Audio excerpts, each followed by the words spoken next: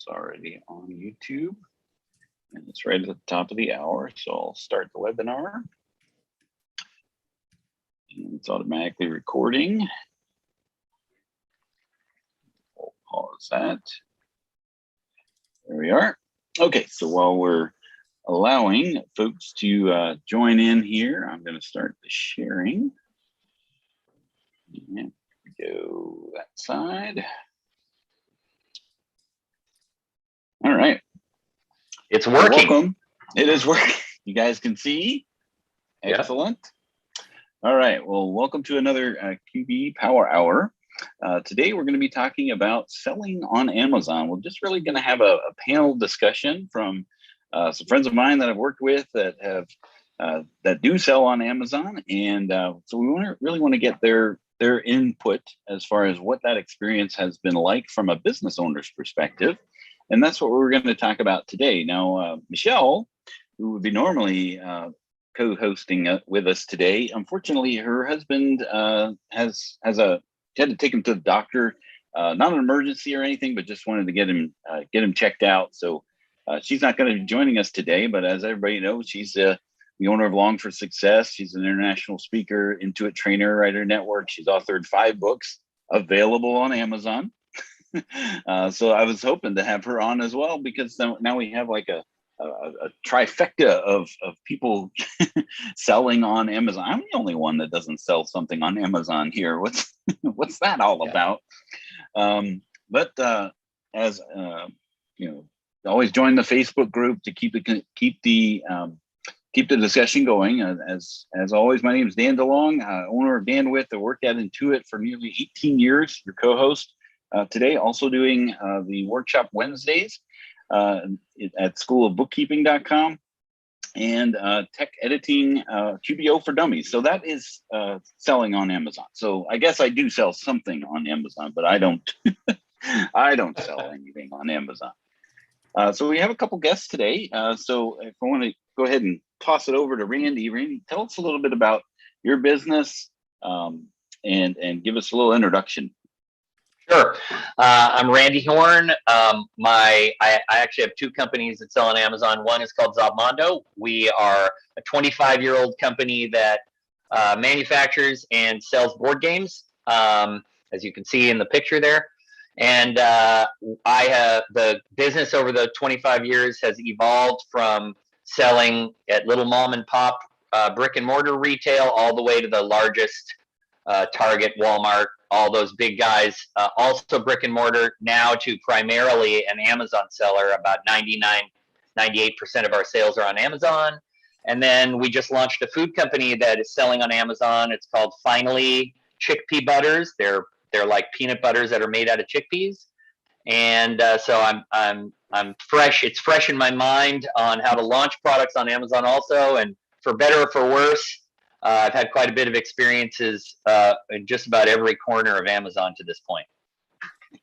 So you're the Amazon seller expert of the panel here. Okay, so Eric, introduce yourself. Sure. So my name is Eric Itis, and I'm CEO of PupPod. If you're not familiar with PupPod, you'll probably enjoy watching it, and you like dogs, go just Google us or search for us on our website or YouTube or Facebook or TikTok, and you'll see a lot of awesome videos of dogs playing with our product, which is more or less a computer for dogs. So there's a toy that has a bunch of technology inside, and when the dogs interact with the toy at the right time, they earn food rewards from a connected feeder that also has a video camera, so you can stream your dogs playing the game to your phone. You can control the game from your smartphone with our smartphone app,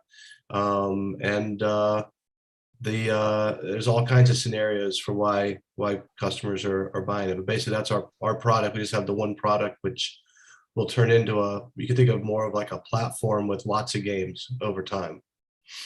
What was the genesis of PupPod? Where'd you get the idea for that?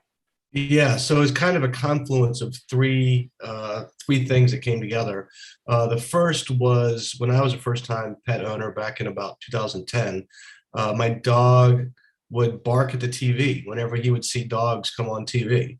And one day we're watching some cartoon, and a cartoon dog came on TV, and he started barking at the cartoon dog, which just got me thinking that he was really processing information at a much different level than I had expected or that I really realized. And so it got me thinking about, what would he want to be interacting with if he could invent products rather than, just chewing on a piece of plastic or eating ripping a plush toy apart to get the squeaker out.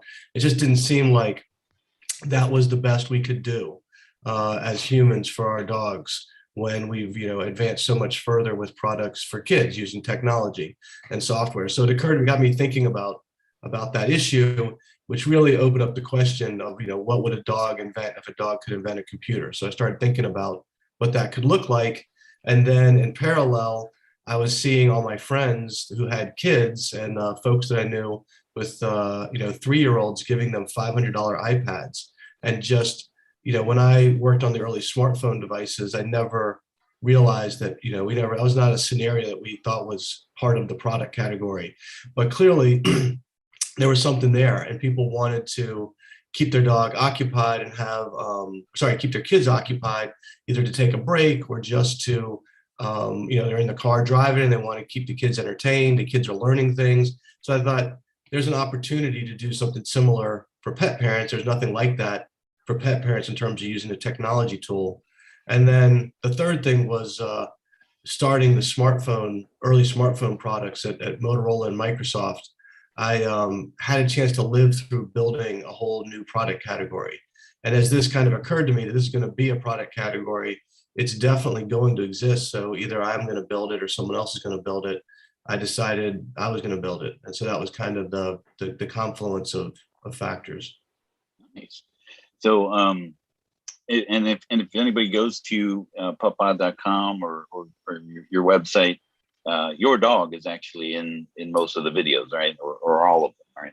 Well, I mean, a lot of the material that we used to launch the site, since we didn't have as many videos from, at least for the version 2 product, with other dogs. Over time we got more of them. Now customers are posting way more than I am, so we're getting a lot more variety in breeds, and we can see all the breeds. We can see all the data from every dog in our back end, and really the game is a set of incremental cognition tasks. So we're probably on the leading edge of collecting cognition data on dogs at scale.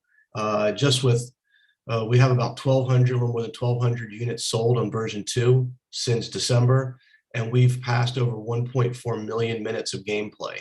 That's cool. So yeah, it's some of the stats on how animals and people are using the product is pretty wild. That's fantastic. So a little bit about the QB Power Hour webinars. So it's every other Tuesday at 12 noon Eastern. Of course, today we're talking about selling on Amazon. And next time we're going to be talking about what's new in QuickBooks Desktop 2022. And I've actually talked to my friends over at Intuit, and we're going to have Ted Callahan joining us. So, all of you accountants who got the confusing email about what changes about accountants, you might want to join us then. But we'll also be talking about what is actually new for, new coming for QuickBooks 2022 desktop. And then we'll be talking the next time about the QBO advanced users and roles. There's some changes and updates there. Of course, you have the links there for the PDFs of the slides, all the handouts, as well as watching the recordings and the podcasts of the Power Hour. Just a review or an update. Last time we had Money Thumb come on, and they offered a promotion to save $100 off the lifetime license. You just use QBPH at the checkout, and then in the slides there's a link directly, or you could go to qbpowerhour.com to find and get that promotion as well. A little bit of housekeeping. If you have some Q&A, please use the Q&A, especially now that Michelle's not here, to be able to manage the webinar as we're doing things. It's a lot easier if you have a specific question for either Eric or Randy or myself. go ahead and just enter the Q&A in the Q&A section of the webinar. If you have comments, like Nancy is very excited about some of the upcoming webinars, you can put that in the chat. And then, of course, you have the handouts as well.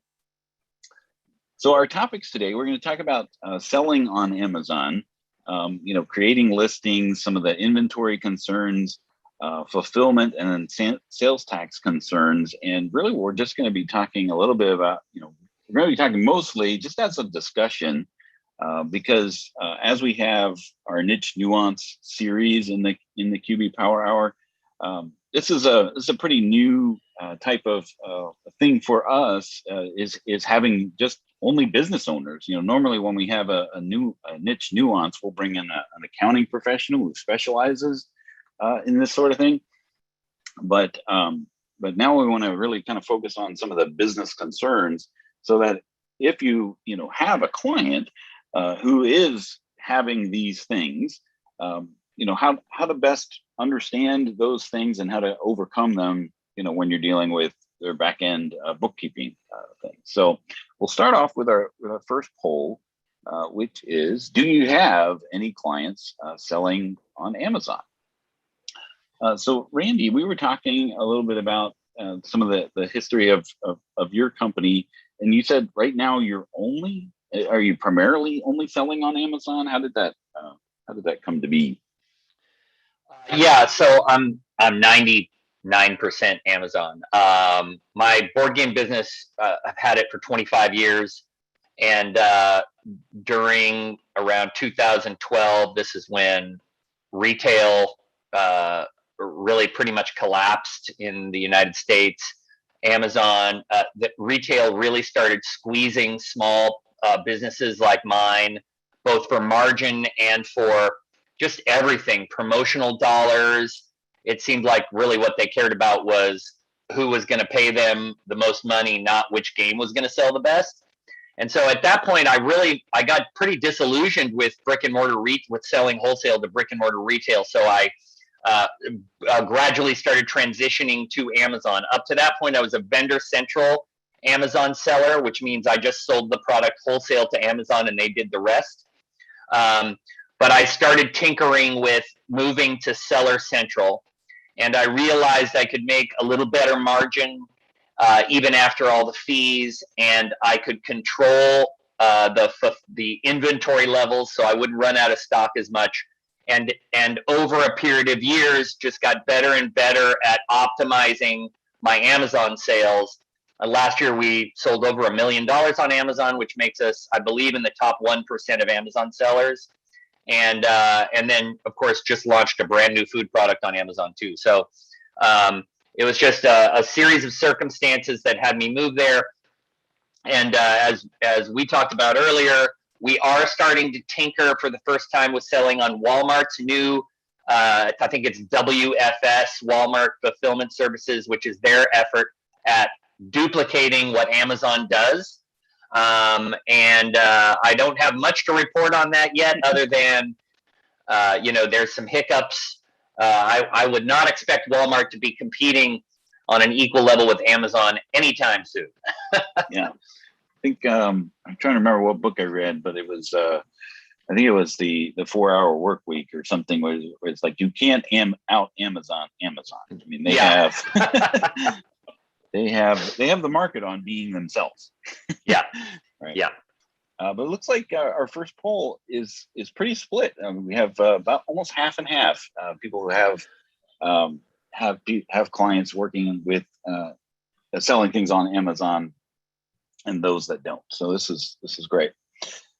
All right, so we'll go on to the next slide here. So anyway, that's a pretty big number, Dan. That's a pretty big number. I mean, 49% of your watchers. That's pretty good. Yeah.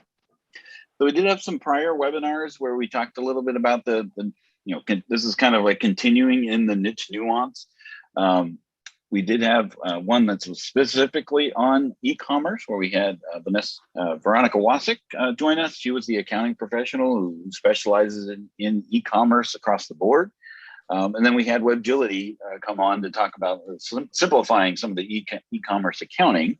And full disclosure, both of you guys use Webgility, and that's how I came to know you guys, right? Because Randy, you had a terrible problem with Webgility, and they recommended that I talk to you about trying to clear that up in your QuickBooks. And just so that people know, you're using desktop QuickBooks, even an old version. Correct. Yeah. Of QuickBooks. Dirty word. Right.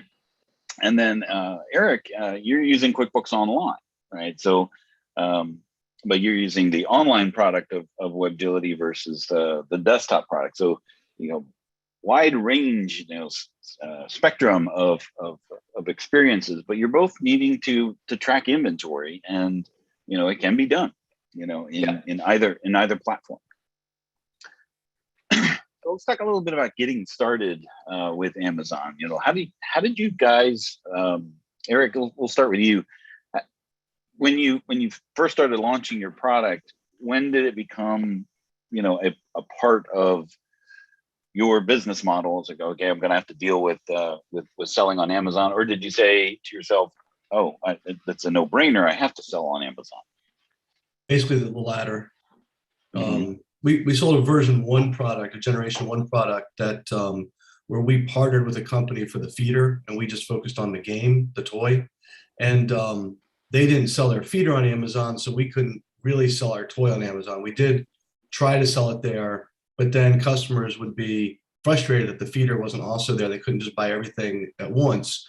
So we were on Amazon just to kind of understand a little bit, but mostly we were selling off of, in other places in the generation 1 product. So then when generation 2 came out, we had already been feeling the pain of it not really working on with the Gen 1 product to be on Amazon.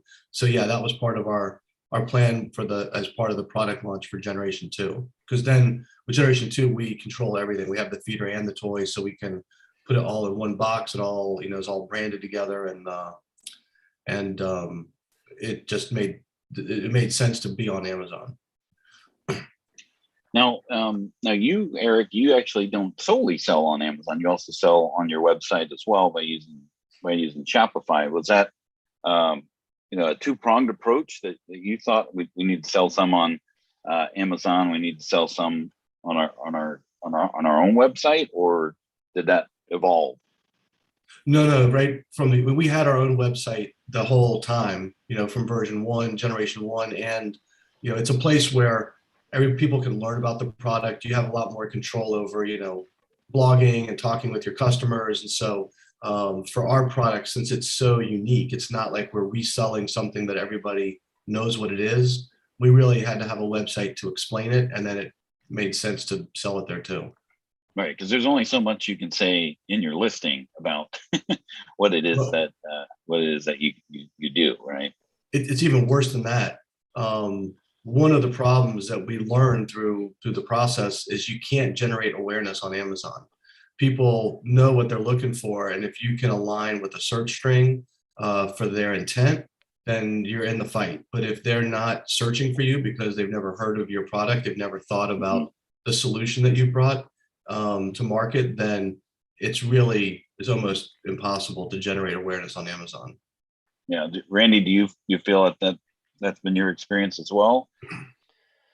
Yeah, I mean, different product categories are different. So, like, between my food product and my game products, I can generate some awareness using keyword advertising on Amazon for the game products, because the keyword clicks are not too expensive. But I found that with the food products, keyword clicks in categories like gluten-free or something like that, they could be $5 a click, and obviously you can't make money when one click is $5.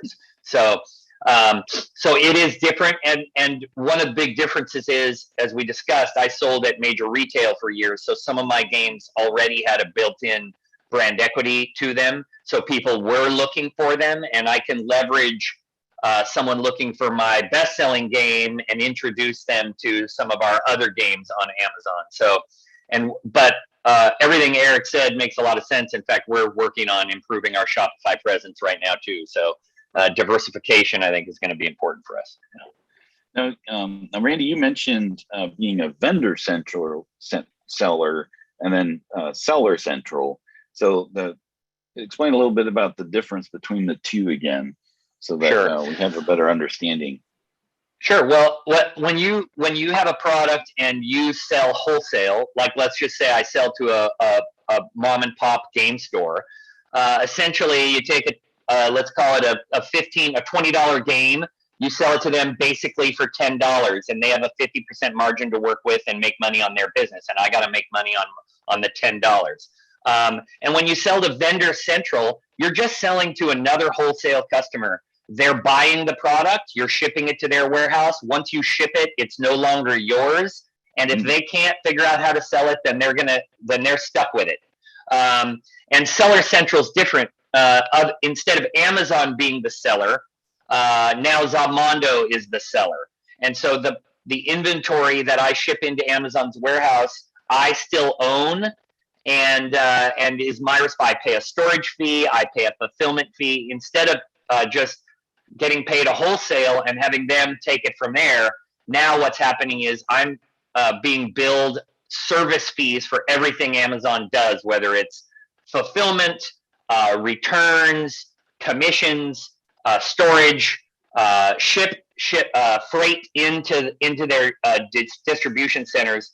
So what I found is, although all those fees add up, I was able to make a slightly bigger margin on Seller Central. But most importantly, I was able to control the inventory levels. So if I knew the holidays were coming and I was going to sell a huge amount, much more than I was selling, let's say in August, I had the ability to load their distribution centers with product ahead of time so that I wouldn't run out of stock. Whereas when I was with Vendor Central, every Christmas I was out of stock.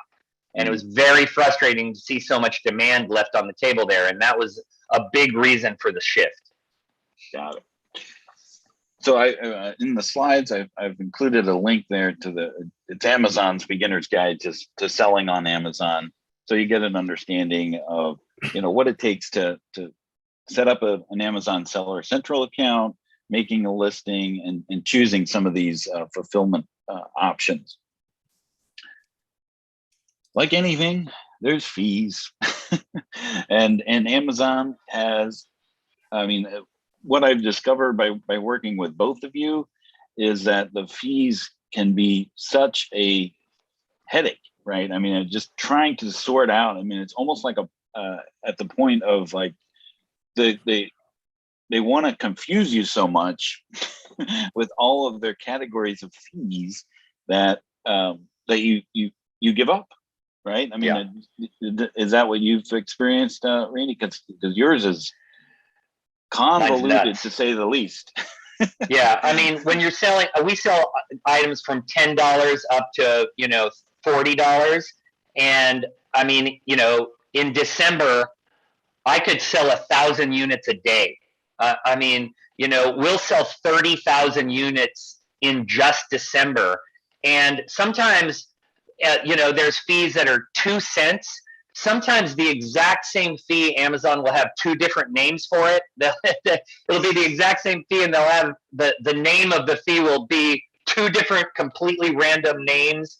So yeah, this is exactly what happened. We got bigger and bigger on Amazon, and the minuscule transactional fees just were so numerous that it was almost impossible to manually keep up with them.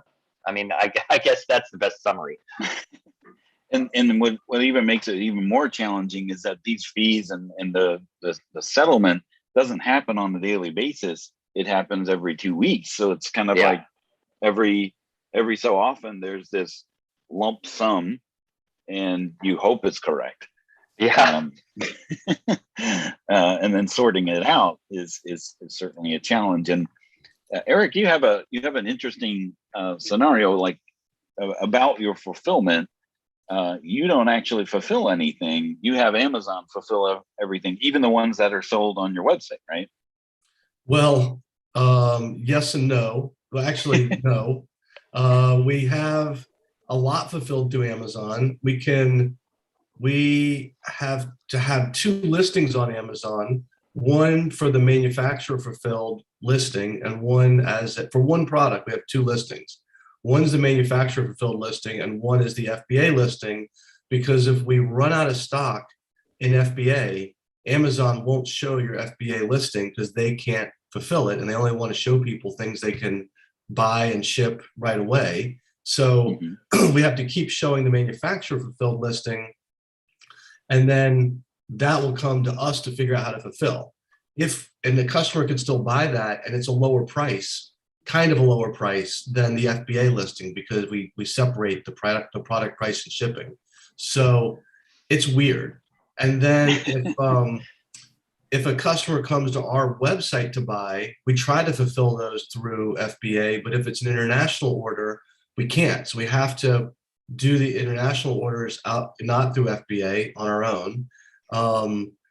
As we ramp up with other retailers, for example, well, there's other retailers that are online that won't let you ship the product through Amazon. They want to drop ship, but that's their one requirement, is you can't use FBA for the fulfillment. You have to use something else. So it's complicated. Yeah. And to even make it even more complicated, because you sell on your website and then fulfill through Amazon, in some of those scenarios, sometimes you'll have duplicated sales come into your QuickBooks because you have it originating from one or the other, and then they come in, and we have to peel back the layers of the onion so that we're not crying at the end of it. Well, and that's exactly why we pay for Webgility, and we're lucky to be working with you, so that you get to deal with that headache and not me. Right. But really, it boils down to, these fees are kind of segregated into subscription fees, just paying the luxury of selling things on Amazon. They'll charge you a subscription fee, or you have the option to do pay as you go. But with the sheer volume of some of these listings, it makes sense sometimes to just do the subscription, and then the actual selling fees themselves, which is, as you sell something, there's a fee for that listing. So it's a pay as you sold, and then the shipping and the fulfillment fees are bundled on top of that. It's really how it kind of boils down. And as we mentioned, Amazon settlements are every 2 weeks, right? And you'll have a lump deposit that'll just show up into your bank account. You hope it's a deposit, right? It's not a withdrawal, but that's going to be the gross sales, any returns that have come in, because now returns is a challenge in and of itself. Working now with the seller, Randy, do you? I know you work with returns, but what are some of the challenges that you've seen with just in the returns aspect? Yeah. So obviously, like I said, you have 50 to 60,000 orders a year, you're going to get returns. And our level of returns, although it is in the small single digits from a percentage standpoint, it's not insignificant, especially during the holidays. And what's tricky about it is, and just to give a little background, what Amazon does is, if a customer buys a product and it shows up and they decide that they don't want it, they go into Amazon and they process a return, and they get refunded. They get refunded immediately. And that refund shows up in your every 2 week statement. But then the question is, well, did they actually return the item? Because what Amazon does is it leaves that return as pending, even though it's taken the money back out of my account. It leaves it as pending. And if they never return the item, which happens very frequently, then at some point in the future, sometimes it's 60 days later, sometimes it's even longer, they will decide that this customer never returned it, and they will reimburse me for what they took away the first time. So you think about it, it's like, I got paid for the order, then I got the money taken away, and then I waited 60 days and the money came back. And so just trying to keep track of this from an accounting perspective, especially when you have 50,000 orders a year, it's really complicated. Yeah, it's I'd hate to be the accountant in your books. Yeah. Oh, wait, I am the yeah. accountant. Yeah, exactly. Exactly. But as these Amazon settlements happen, they are just a lump sum, and then everything else, all the fees are pulled out in that settlement. Returns are taken out, and then you have the FBA fees and other fees that are just subtracted by that, and hopefully it matches. But it's as we're understanding, that's a tall order sometimes, especially based on the volume and the moving parts that you have to deal with. Yeah. So let's launch our second poll, which is, do your clients sell on multiple online sales channels? So is it just Amazon that your clients sell on, or is it multiple places? And as we kind of mentioned, Randy, you're venturing into the other marketplaces. What about your own website and selling, specifically without dealing with Amazon? Has that been something that you've considered or done? Yeah, we have a Shopify website. We're just not very good at it, and we're working on getting better. Not the least of which is because, as Eric mentioned, Amazon is not that reliable in keeping products in stock. Even if I know how much they need, they don't always listen to me, and they're starting to restrict inventory where they hadn't in the past because they're running out of DC space with so many people. So selling on Shopify direct to consumer is becoming something that we need to get better at, and we're actually working on that right now to try to figure that out. So I think for me, whether it's Walmart's online marketplace or selling on Shopify, I'm trying to diversify or beginning to diversify now so that I don't have all my eggs in one basket with Amazon. Right. Because now you're kind of at their mercy, right? Yeah. And if policy changes, then there you are, with all your games. Yeah, totally. Got it. All righty. So it looks like, let me go ahead and share the results. Looks like a lot of people are selling in multiple sales channels that do sell online. Some don't even sell online at all, or about 13% just in Amazon only. I did have a question I wanted to bring up to either of you, so I'll toss it out there. Dana said, I have a client that sells handmade jewelry on Amazon, which I do too. Managing listings, promotions, pricing can be a full-time job. Do either of you have any suggestions for listing management as far as managing your listings on Amazon or other marketplaces? Eric, you want to go first? Well, since we only have one product, it's not as complex. I know there are ways within Shopify to push your listing content and sync it with Amazon. I think Shopify has actually just come out with a new Amazon connector. We've intentionally decided that if people want to fund Jeff Bezos' space missions, they can pay more. So on our website, we sell PuttPod for $199, and on Amazon we sell it for $119 plus $10 for shipping. So it ends up being, $219. So it ends up being $230 with shipping, or with FBA it's $230. So if you want to pay an extra $30 for the convenience of Amazon, go for it. If you want to get a better deal, buy it on our website. It's kind of been our approach to the price management. Because we're seller central, so we have control over the price. Sorry. Yeah. No, that's all right. I sell 13 games and 4 different food products. And so, what it sounds like the person with the jewelry business is describing a continually changing, product listing.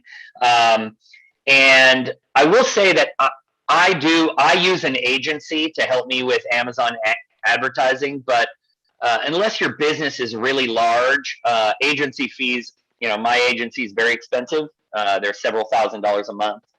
And so unless your Amazon business is very large, I don't think that's really practical. I'm afraid that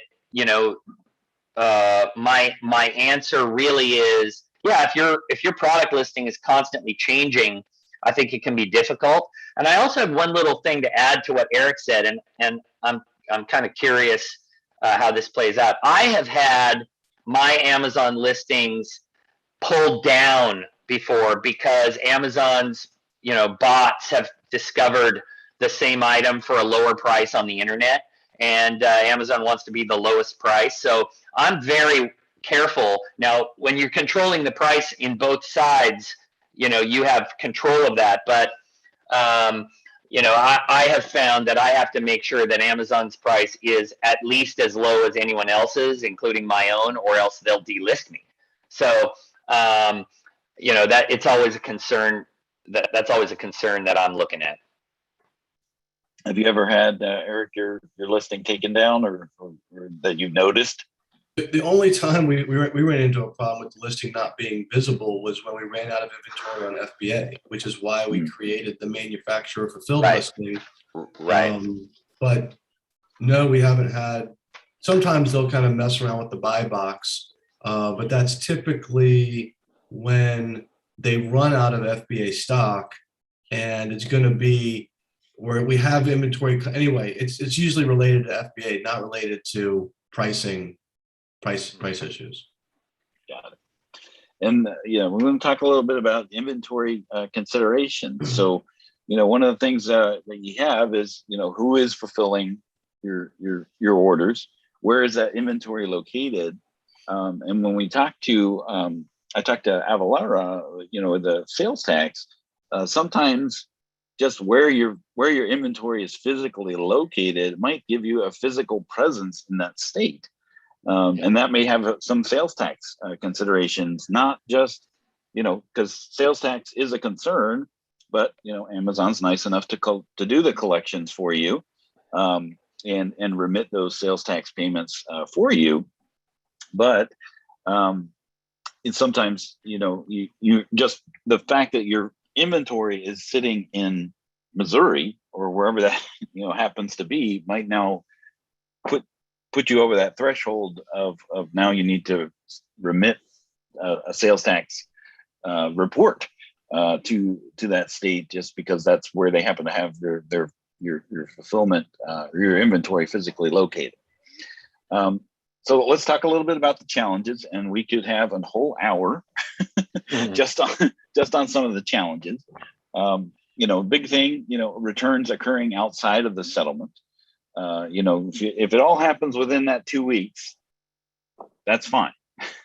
But that's not typically how it happens. Randy, as he mentioned, sometimes that could be months, before they actually return the product, or if they don't at all, they consider it lost, and then they give you the money back. No argument that the fees are complicated, convoluted. I think just kind of setting up within Webgility, there's like 20, there's 6 categories, and within those, each of those fees are, and they're all like code, right? I mean, they don't make sense unless you need a decoder ring, to understand where this fee versus that fee, marketplace competition. If you're selling something that's not unique, that can be a big challenge as well. Have you, Randy, have you seen that with other listings or listers or other resellers competing with your product? Yeah, in fact, it's one of the reasons. So first of all, obviously we have tons of competitors that sell board games that are similar to ours. Anybody who's selling a preschool game, I sell a preschool game, so I'm a competitor with them. But it is also not uncommon for another person to be selling the Ladybug game at the same time I am. But one of the things you can do about that is become the brand owner, I think it's called. I can't remember exactly what Tara could probably know. You know, when you're actually the brand owner, and it gives you some flexibility to prevent people you don't know from reselling your product at some kind of fire sale price. Maybe they found some at a thrift store or something like that, and so we leverage that brand ownership all the time to control other people selling our product. There's only so much you can do about it. I mean, if they've legitimately purchased the product and want to resell it and want to use their own copy and such on the product listing, there's not that much we can do about it. But there is some control over, just to make sure that you're not having people steal your copyrighted content or graphics and things like that. Yeah, one of my other clients, he was dealing with knockoffs, not just with. I mean, somebody actually, it was the jeweler, and someone was manufacturing and selling a complete knockoff of his jewelry, and he was a solopreneur, right? So he didn't have, like the meme says, nobody got time for that. I mean, yeah, he couldn't spend his time trying to chase down, knockoff listings to be, and run his business at the same time. And then what is your experience been with these kind of issue resolutions when you do have, some of these challenges with working with Amazon? Eric, you want to talk about? Like trying to push water uphill. Yeah. It's they're the worst company on the planet. If you could think of the worst way to run customer support, you couldn't even imagine making a system that's as bad as Amazon. It's not, I couldn't even comprehend. I can't comprehend some of the things that they've done, some of the it's just, I have our first full-time hire was for customer engagement, and luckily he gets to deal with Amazon, our customer engagement. Not you. No, I did it for months, and it's if you have high blood pressure, you do not want to be dealing with Amazon. They are infuriating. Let me just give one example. So sure. We sell, the customers will put food in the feeder, and then they decide, hey, I don't want to return the product. They send it back to Amazon. Amazon will take that product without inspecting it, make sure that there's no food in there, send it to another new customer, and then the new customer gets a brand new unit, and guess how that smells after it's been shipped for a couple weeks back and forth with dog food in there. And this is out of our control. So now we have every customer return come back to us, just so that this doesn't happen, because that's just not the way you want to start off a relationship with a new customer. And we do the same thing. There's just so many, we have products that, Amazon will say, oh yeah, that was delivered. And the customer is telling us it was never delivered. Like, I live in a building, we have somebody who, puts it in a storage locker when the packages come in, and Amazon's like, our records say it was delivered. And we're out. The rule of thumb is anytime there's an issue, the brand has to be the one that sucks it up. Amazon pushes everything to the brand. Yeah, and that's what I've experienced from just working with you guys, is that, Amazon's a great company when you're a customer. They put all of their customer service to their customers. It's super easy to return things. It's really easy to order things, and they're very good at marketing to you. But then, and even just from the website that you guys have to log into from the Seller Central, it's like it hasn't been updated since the mid 2000s. Yeah. Oh, it's worse than you can imagine. Like, I've tried to send them more inventory, and if you make a mistake in this convoluted form to just replenish your inventory, you can't just say, oh, I want to delete that and start over. You have to wait like 12 to 24 hours for their system to let you remove the fulfillment, the inventory replenishment process that you started, which is just mind-boggling. I can't think of any other company that would make you wait 24 hours before you could hit delete on something where you made a mistake and just do it over again. It's nuts. Yeah, you really have to factor in an extraordinary amount of bureaucracy into your business model at Amazon. I mean, I've learned that at certain times, we'll process a pallet for shipment in, and every day they say they're coming and they never come pick it up. And you call their support group, and their support group says, "Oh yeah, let me put a rush on this. We'll have it tomorrow," but nobody comes. I've just gotten so used to it that I've kind of looked at it as part of doing business. I expect Amazon to be bad at what they do. The worst. So why do you do it? Why do you work with them? Yeah. If they're so bad. Yeah. I mean, at the end of the day, it's a huge marketplace. And which serves the entire country. So I don't, somebody who lives in rural Oregon can purchase the product and have it delivered.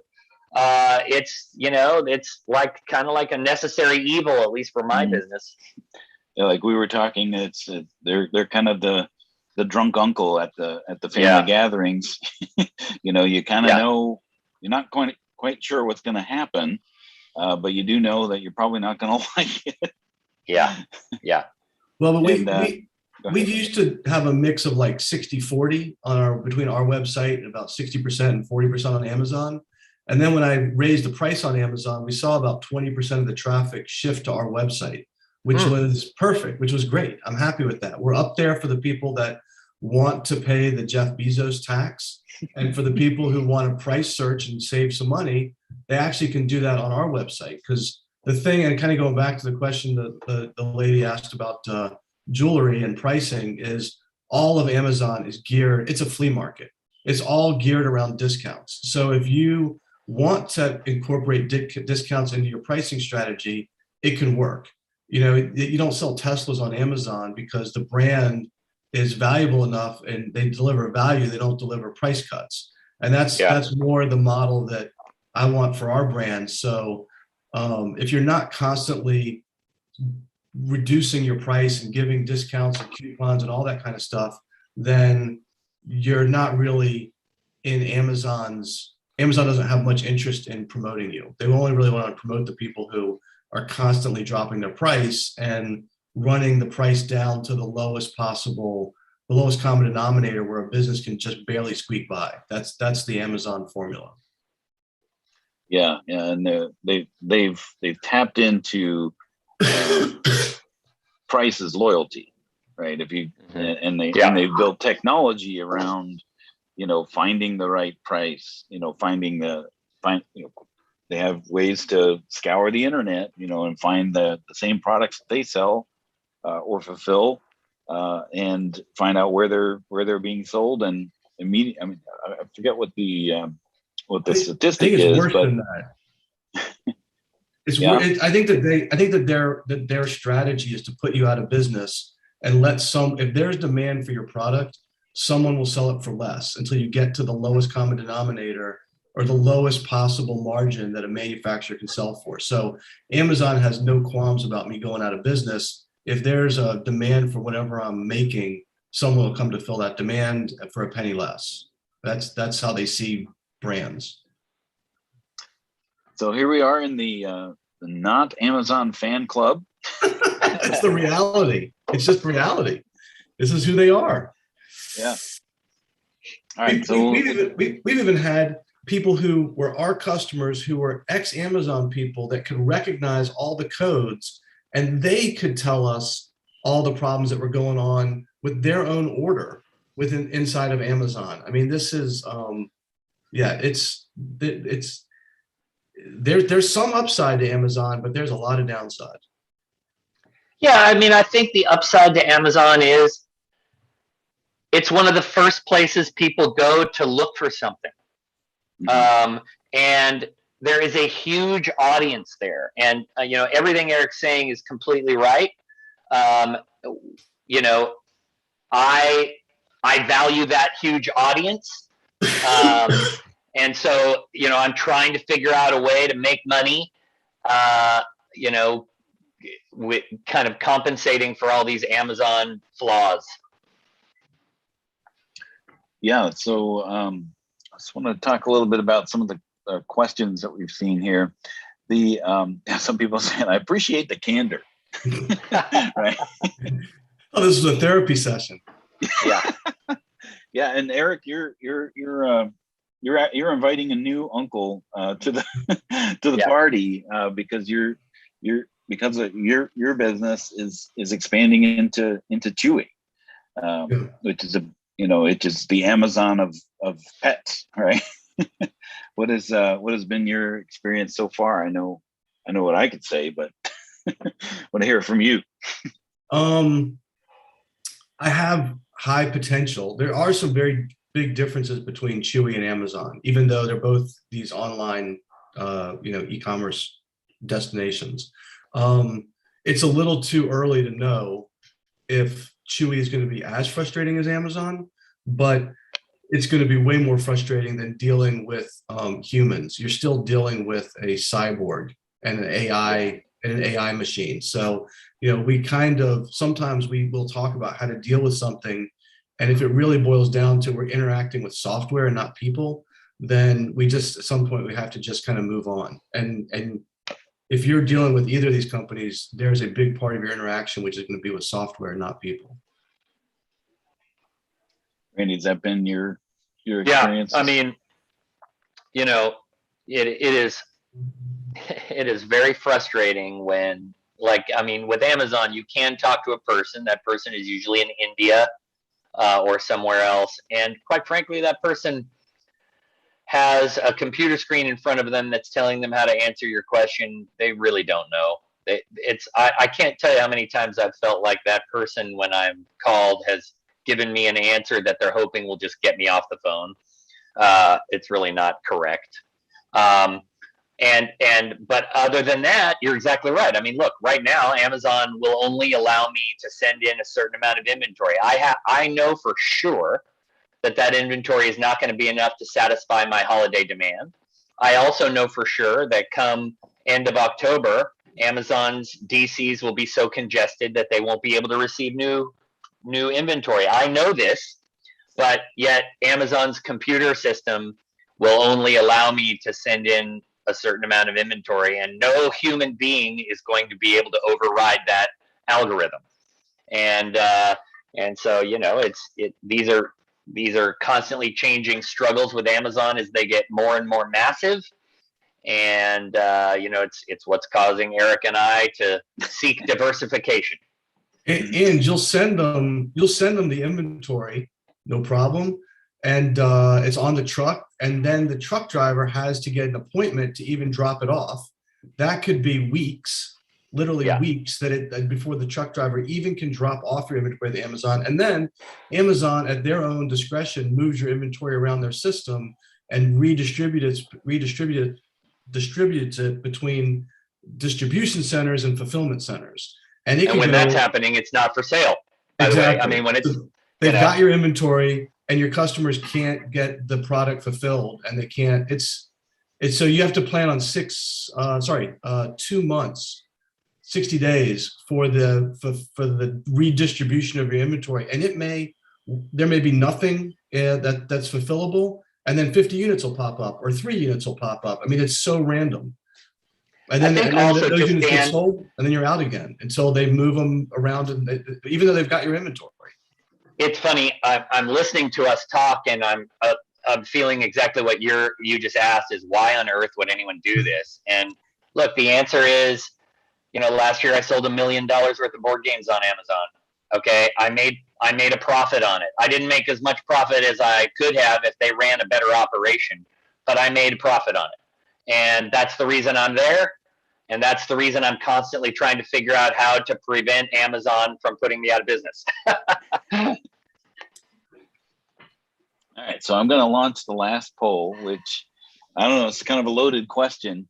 Do you feel better or worse about working with an Amazon seller? So yeah, better. I learned something that will help me today, or worse, not today, Amazon. Not today. It's funny. I will say this. Accountants, bookkeepers. You're really necessary with people like us because Amazon's so difficult. As much as it will not be easy, you can become an expert in a way that you become almost indispensable to the client, and I think that's an opportunity. Oh yeah, I've taken out a life insurance policy on Dan. Yeah, yeah, totally. And WebGility it's not inexpensive, but it is a good tool. And I'm pretty critical about these things. And the way we got to Dan was through WebGility, and it's worked out great. Yeah, yeah. And so WebGility for me has been a little more challenging. Again, I think it's because I have 50,000 orders a year. So these are tiny transactions. Each order will sometimes have 7 or 8 Amazon transactions in there with just a few cents a piece. And I have tested the capabilities of WebGility, no doubt. Yeah, and you were when I first met you, Randy, you were ready to throw in the WebGility towel. I was. Maybe go somewhere else. And we worked through it. So we did find a happy medium. Yeah, we did. And and Eric's right. If you're trying to manage inventory, I'm not sure there's a better option, really. In fact, I'm not sure there's another option. Yeah, Amazon does not make it easy to extract data into QuickBooks. Yeah, it does not. It would be extremely tedious to do that without WebGility.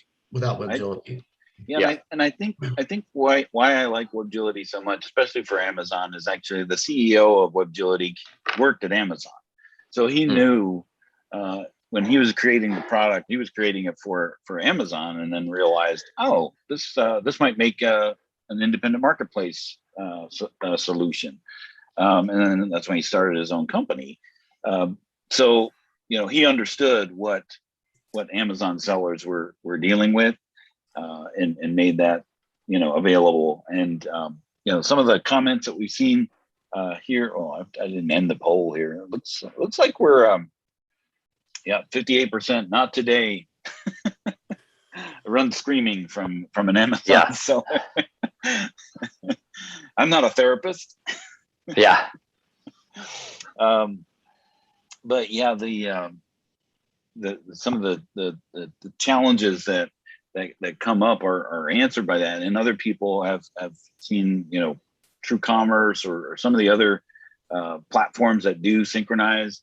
A2X is a great one if you're not concerned about tracking your inventory inside of QuickBooks, but you guys are, so that really kind of ruled that out for us. Right. Because and somebody had asked, well, what are we doing? What are you guys doing to manage your inventory? Talk a little bit about what it is that you do in as far as QuickBooks tracking your inventory is concerned. Randy, you're a little bit more. Well, I have 13 items, and I have it all. I have all my inventory warehoused in a warehouse in Los Angeles, and prior to using WebGility, literally, we had, a binder that tried to keep track of what the inventory was in Amazon's DCs, added to what the inventory was in our own warehouse, and it was tedious and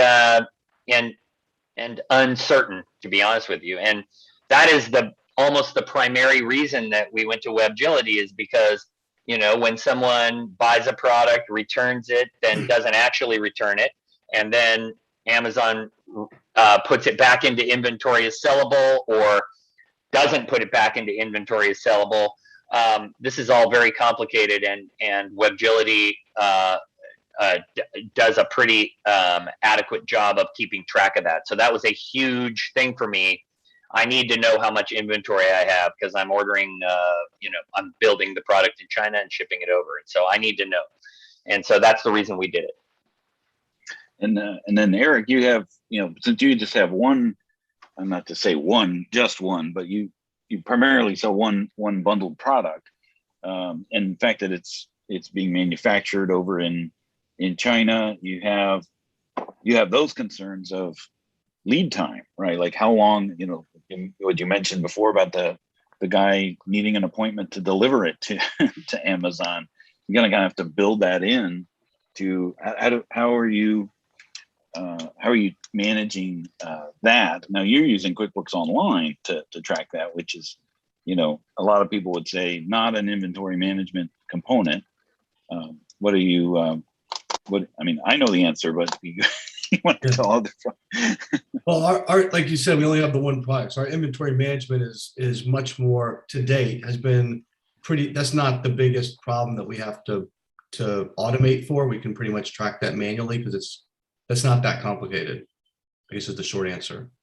Was there something else that I missed answer your question? Did I miss the point? Well, what we've done to help with that is we've created basically sub items of those items, and we've had one where it's in manufacturing because it takes some time for the manufacturing process. We've created then it's in transit. So once you have the notification of when it's in transit, we move it, while it's in transit, so you can see at any moment, looking at where is your inventory, and that's how we're kind of handling that in QuickBooks Online, because we can't track the manufacturing process in QuickBooks, but we've developed that workaround to be able to do that.